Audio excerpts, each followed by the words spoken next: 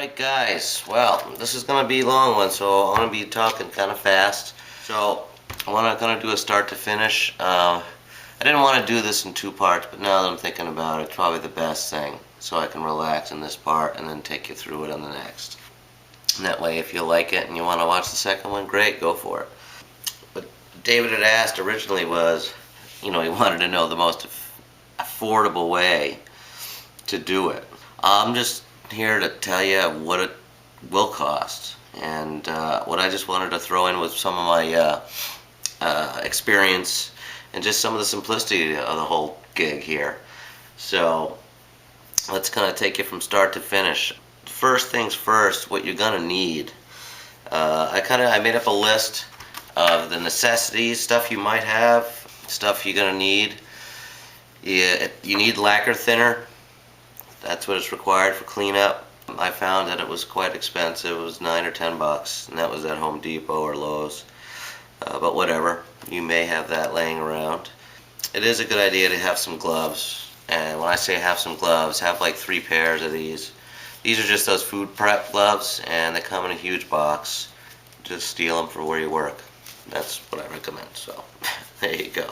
Masking tape is absolutely, positively the most essential piece of gear you're going to need in this entire job. Sure, there's blue painter's tape, and I just got into that in my last jobs, and I don't know, it was great and all, but it made me a little lazy in a way. I had a lot more success using this, but I never made designs, so this was better with design, if I'm going to cut a pattern. But this is your best friend right here. You can never have enough masking tape laying around for this job. Wherever you don't want any Duracoat, just put a little piece of masking tape and it won't go. And there's a Serpa. That screw just had a piece of masking tape on it. I didn't even take it off. So it's just about placement, masking tape around here. Masking tape. So it's a crucial part of the job. And what I'm going to do too is I'll go through these things that I've done and the experience and how that's held up. You'll need some masks. I'll tell you what, I've been the biggest offender there. I wish I'd had these from the beginning. These are just painter sander ones. I don't know. I'm sure it's going to help because you're going to need a ventilation fan in the window, and boy, the screen is Duracoated in the shape of the fan. It's pretty funny. And and as far as ventilation goes, you want a fan sucking out, but you don't want a fan going in the room to kind of help with moving the air around, because that's just going to have airborne stuff. You want, if anything, just sucking out. I highly, you'll have some issues if you don't. You're going to need an air compressor or access to one.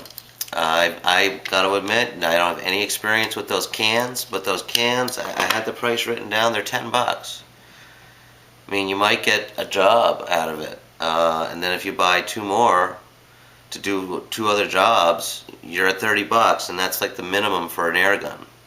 Okay, so you're gonna need an airbrush. Now this is the piece of shit they sell at Duracoat, and it's a posh whatever, and it's their easy starter one. This made it through the first day of Duracoating, and then after that it wouldn't work. This tube that comes with it comes with the adapter that you're gonna want for hooking it up to the air compressor, which is another thing. You just buy this at Lowe's or Home Depot, the adapter that goes on your air gun, your airbrush. This came with this one, this came with this one. It's like $1 or $1.50. And you want some Teflon tape. Teflon tape that in there, absolutely. So anyway, this isn't thick enough to let the pressure through. The absolute biggest piece of shit. For what it cost for this thing, like $25, I felt ripped off. Okay. And what was frustrating is the first, so I get through the first day, the first thing I'm doing, the first things I did, this was the first thing I did, this boot knife, this Legionnaire, and did a magazine. It was coming out incredible. I was all excited about it. Then I went to do it again, and it just sucked. The whole process sucked with using that. Do not waste your money on that. I'd rather you buy 3 of the cans than that thing. With that being said, you're going to like it, and you're going to want to do other things and so you're going to want to invest in a decent, and it seems like Pash is the only ones out there that have a variety. This is the ounce bottle. They just slide in and that's it. You're good to go. And I'll go into tips on these later. I just got 2 off of eBay, and this is going to cut my work time down to 1/3 because I'll be able to have multiple colors in here. And the 1/2 ounce bottles I think are going to be better because I'll waste less of it. There's always some left in these, and I literally pour a lot out. These are going to work much better. So look at this is like, you know, like that nice braided brake line, and that's what you're paying for. And look at it's nice and long, and this goes right onto the air compressor. You dial it down. I go to 20 pounds to 25 pounds. That's worked for me. They recommend 10 to 12 pounds. I'll have to try that this time just to see the results. This came with multiple tips and what have you. You can buy them without the tips, but you're still going to pay some money. I got to imagine that there's an airbrush gun available out there for 30 bucks. So we're going to say you're going to need, that's going on the list of money that you're going to put into this. Okay, Duracoat. This is a 4 ounce bottle. This is what your standard size. This is 17 bucks. 17 bucks. Okay, this is an 8 ounce bottle. This is 29 something. This is what I got originally, and it lasted a long time. I recommend you do that. Get an 8 ounce bottle. It'll last you for a lot. You don't have to, but that's going to cost you some money. That's 30 bucks. So you need to buy a reducer, and it's a good idea to buy it because it's going to stretch your Duracoat out. Now I bought this for 7 bucks with this original bottle. Done all these jobs, including used into the new ones. I still have over half a bottle left. This is the best value of the bunch. Don't worry, at least they include the hardener. Thank God. Okay, so every bottle will come with its own hardener. This was a gift from Chico 520, some black, which I'm really appreciative of because I don't use it a lot, and that saved me a lot of money into this knife form. So 17 bucks, 7 bucks, 30 bucks, okay, and then you're gonna pay 10 bucks shipping. It's just what it's gonna be. So you're looking at $65 is your entry, in my opinion, to doing this. Now that being said, that $65 is just the Duracoat, an airbrush, the reducer, and some shipping and handling. I figure another 15 bucks for your lacquer thinner and some other things. You're also going to need grease remover. This was the first one I bought. It's Crown. Again, Home Depot or Lowe's. I got it.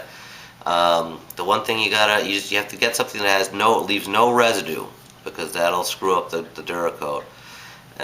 Silicone especially. And this didn't say it, but this is actually a nice foam. I like this. This has worked well. This is it's a multi-surface cleaner. I'm happy with this. Comes out like a foam. Doesn't smell bad. Nothing crazy. I do also have some brake clean. This is, a little more toxic, I feel. I don't know. I just don't feel comfortable when I'm putting this on my guns and stuff. This has seemed to work well, but you'll need something, but you don't have to buy theirs. So that's the most important part, is the degreasing. The prep part, the sanding, like a gun, like anything I guess is parkerized, I barely, this is a Nikon scope, I barely scuffed the surface of it, and this just came out absolutely pristine. Same thing with this is the Serpa holster. I didn't rough it up at all, and it's taken very, very well. This has been done for a long time. Sure, the inside is going to get marked up a bit, but that's to be expected, and I didn't paint the inside of that. Sandpaper, I like to use Scotch Brights. Those are easier to work with. I can cut them up, get little spots. You just want to rough the surface up. Here's an Ontario, a Quartermaster, an SP17. Here's a piece of crap cutlery, frost cutlery knife. I was just trying a digital pattern type out. This came out excellent. The Kershaw, the Vapor. And, again, I barely roughed the surface of this up. My Peltor Junior headphones, ear goggles, as Robbie would say. Okay. This is a Husky Flashlight. It's just like a mag light. Now the XD mag I did, this is held up, but it's starting to chip, and the XD holster, biggest fail I've had of anything I've done. It's chipping off, but again, it's plastic, and I didn't scuff the surface up, and I may not have degreased it as well, and I only did one coat, but it's coming off. This is the only thing that I've had a problem with. Here's a Kydex Smith & Wesson holster. This is Uncle Mike's. Boy, what a deal. These are $6. My best deal in holster right there. It's practice scissors. And of course the coveted mag Lola. Patterns, you want to put a pattern on something. All I've done is this. Here's a good example. 20 round mag. You know, just to break the silhouette up. Here's a big, 30 rounder. At first I was afraid to go all the way up. You can go all the way up. It's not an issue. Just don't do multiple coats. But absolutely, positively do not Duracoat a pistol mag. That will not work. These work fine. Tolerances are fine. This looks excellent when it's in the gun. And I got this stuff, I don't know, just some grate. And literally I just taped it on there. And you're done. And I think that works great. I use this. This is bar mat stuff. I use that here. This came out. The jury's still out on how that came out. But it's kind of steak-like. So, whatever. Alright, another thing I highly recommend, and I was smart enough to do this from the beginning, is you need to make jigs for what you're doing. Your job is going to come out a hell of a lot better when you know you're not having any fear of the stuff tipping over or doing something. You want it to be suspended or whatever. This is something simple I made. My basement's unfinished, so I just made this thing. It took me about 5 minutes. It hangs over one of the strapping, and it hangs like that, so I can put stuff through here. Like this is my buddy's vapor I'm going to do. I'll take the handles off. They'll be able to hang, and that'll be fine. And I'll just have to figure out how to get in there. I'll probably hang it through a screw hole. You curse the world if you don't have jigs. This one's been with me since the beginning.